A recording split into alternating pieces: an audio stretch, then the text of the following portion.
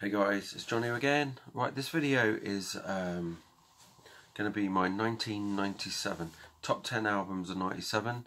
I'm not going to do 1996 or 94 because I really don't have a huge amount of albums from that year. Those 2 years. I might do them together and just show you what I was actually listening to.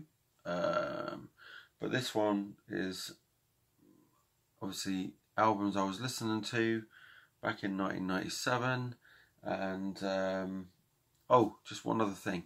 When I did my 1995 video, there was 2 albums that I listened to all the time and I loved them. And I missed the blowing things off. I was really cheesed off. And that is, and this would have been my most played CD of 95 for sure. Absolutely loved it. Well, I played it for like about 3 or 4 years, nearly all the time. So, and it is Enough's Enough tweaked. This was the I'm gonna swear in a minute. The grunge version, era of Enough's Enough. They just did that one album that was grungier, darker period of Enough's Enough, with a few happier, well, a couple of happier songs, but not many. But yeah, this is very dark compared to their other stuff, and if you've ever listened to Enough's Enough, you'll understand what I mean. My standout tracks on that one were Mr. Jones, Stoned, Without Your Love, It's Too Late was amazing, Bullet from a Gun, My Dear Dream, We're All Right, Life is Strange was one of my favourites as well. Yeah, really enjoyed Tweaked from 95, and I think that album was released, I think it was, I can't remember now if it was 1997 where they released this, and in another country, and it had come out in 1995 originally, and this other country didn't even get it. So yeah, I think it was 97. The other album that I listened to a lot then, completely a big departure from the main band that he was from, and that was Joey Tempest, and this is the album A Place to Call Home. And this is, if you check that out, you will really be shocked at the departure from Europe, and I loved it. I love the song From My Country, We Come Alive, Under the Influence, Place to Call Home. Where else? Was the other one elsewhere?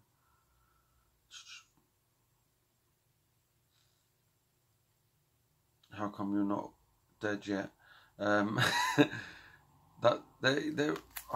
It's been a few years since I listened to it, but I used to play that all the time.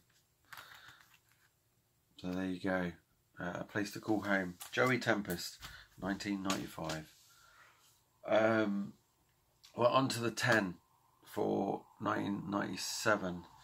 Number 10. This is here because this album's on this list, very low down on this list, because when it came out, I just did not click with the album, and it is. Some people will be. Won't believe this. This is my original CD, and it's still in the shrink. Okay, from 1997, and it is Bruce Dickinson's Accident of Birth. And obviously, I bought this on vinyl in the last year or so. And yeah, I was quite wise to keep mine in the shrink, and it is open. I did play it a few times, But yeah, it's always been in that shrink. I saw the state of my Megadeth Euthanasia in the slipcase and thought, no, I haven't taken that out as well. Next one, number 9. I played this a lot back then as well. Bought this obviously when it came out. I was quite very disappointed actually in this, and then everything that came after was a disappointment anyway. And it is Queensryche's Here and the Now Frontier. And it's a shame because Chris DeGarmo's playing on this, and I really was hoping for a lot better than what's on here. But they were changing with the times, and the times are quite depressing in the 90s, I find. So yeah, I tried my hardest to get into this. I did, but it just didn't stick with me. It was as soon as a couple of years went down the line, I forgot about that completely.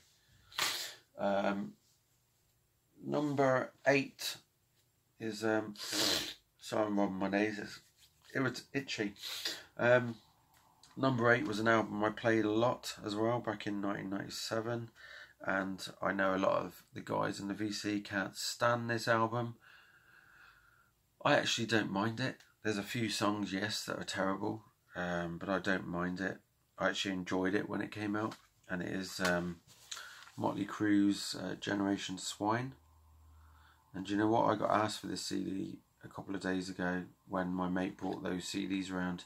He said, John, oh, that thing's supposed to be upside down. He said, have you got a spare copy of Generation Swine? Because I love that album. And I was like, really? You're the first person to ever say that to me. So yeah, Generation Swine. I enjoyed Afraid, Find Yourself, Beauty, Glitter, Rocket Ship, Rat Like Me. I wasn't really keen on Shout the Devil 97, but it was one of the better songs on there. Brandon was terrible. Let Us Pray, I can't remember how that goes now.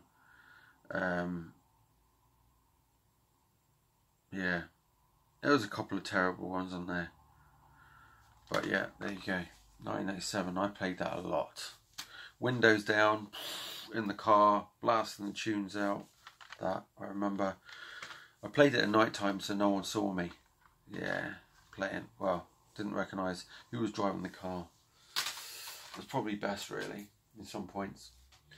Another one that I bought on day of release.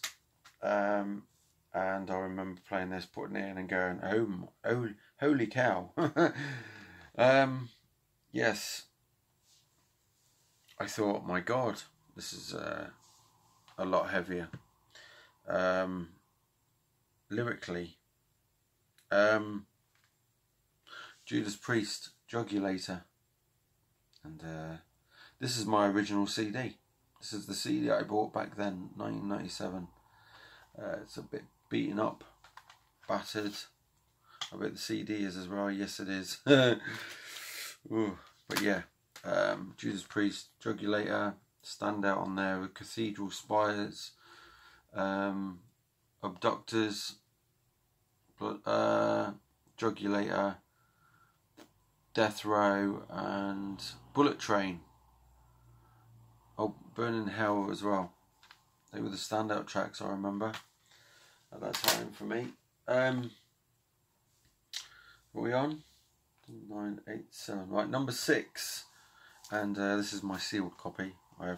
I've got my original still, digipack, and it is w.a.s.p.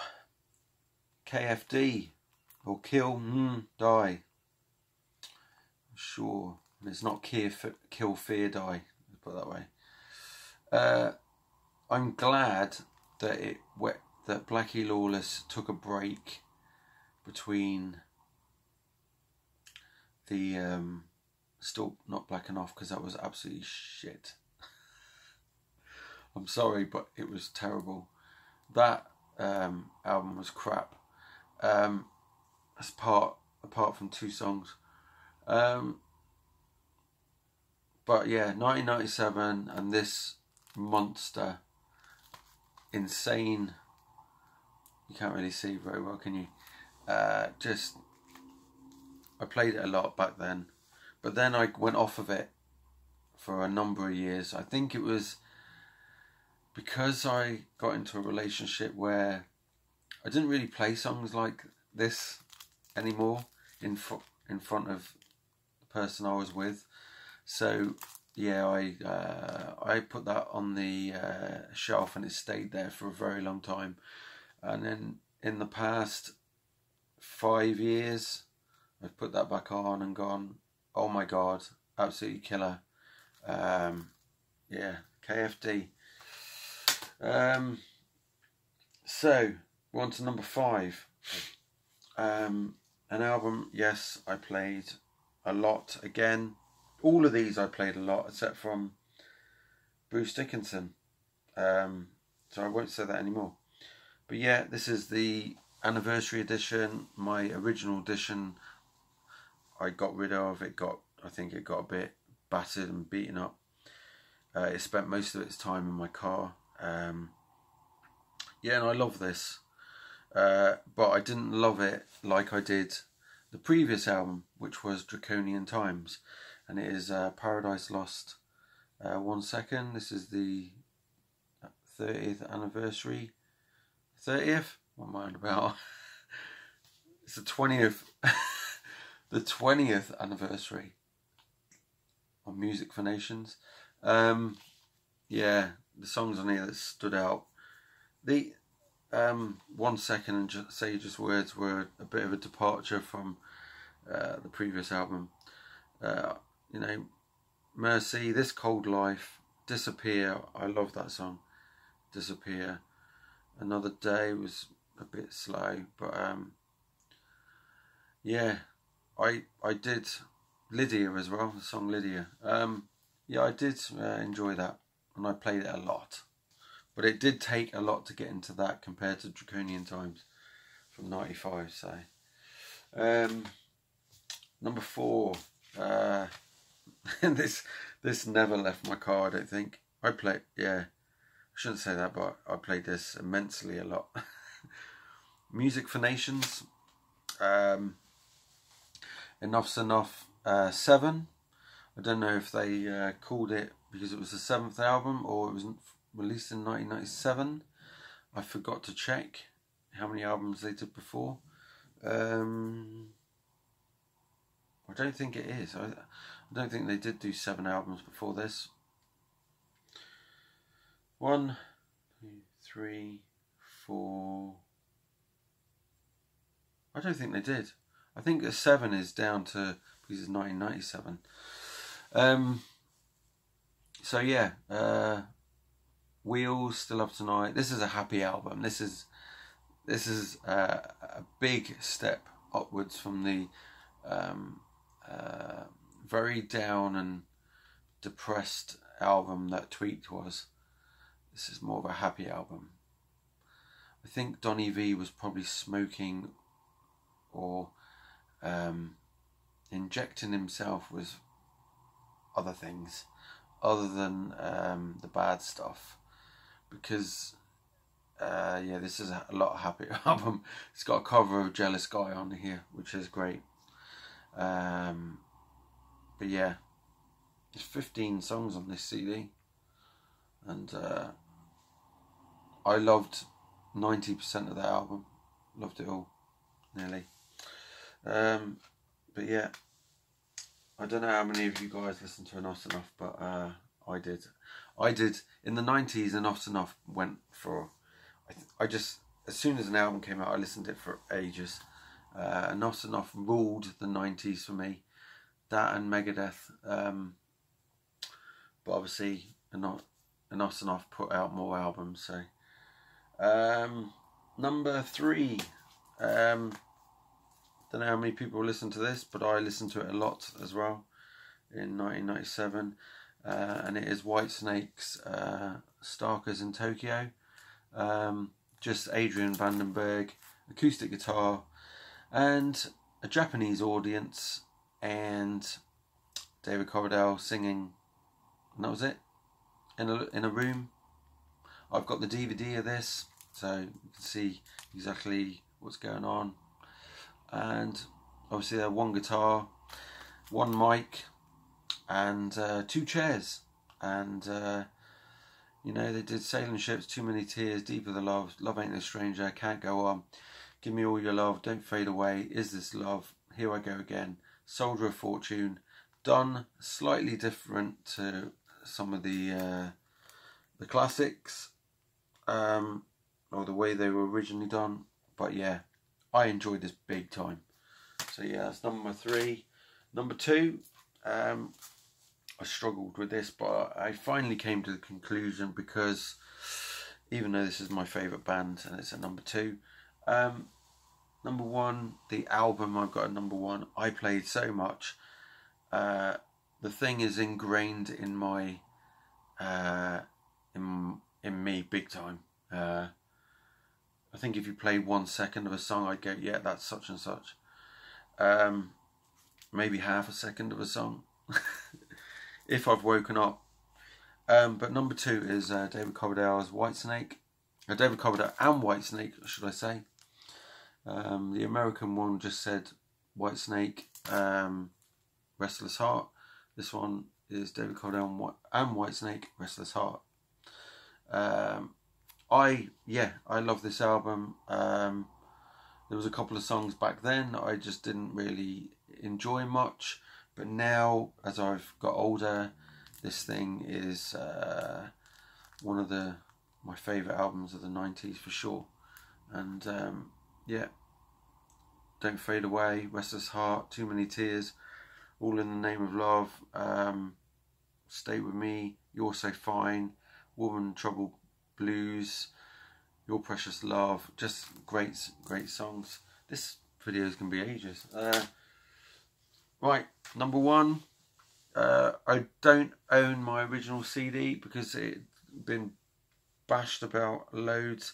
I had the original grey cover. This is the reissue, unfortunately. I'd like to get the original again. And it is Megadeth's Cryptic Writings, so Frankie would be pleased to see this at number 1. This thing is ingrained in my psyche. I played this for mainly every single evening when I was out in my car with my mates. This just, I enjoyed this big time. I'm sure many people out there didn't really get into this, but God, I loved it. And when I hear, you know, I prefer this over Euthanasia big time. There's just something about Euthanasia. Yeah, the songs are great on Euthanasia in some ways, but there's just something with the sound on some of the songs. It just didn't sound very good in my stereo, whereas this album sounded awesome, which made it more enjoyable to listen to. And yeah, just blew me away, that album.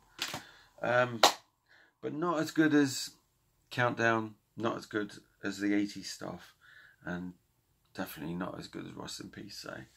So there you go. There's my top 10 of 1997, and hope to see yours if you make one. So cheers, keep rocking and keep listening to whatever it is you listen to, and we'll see you.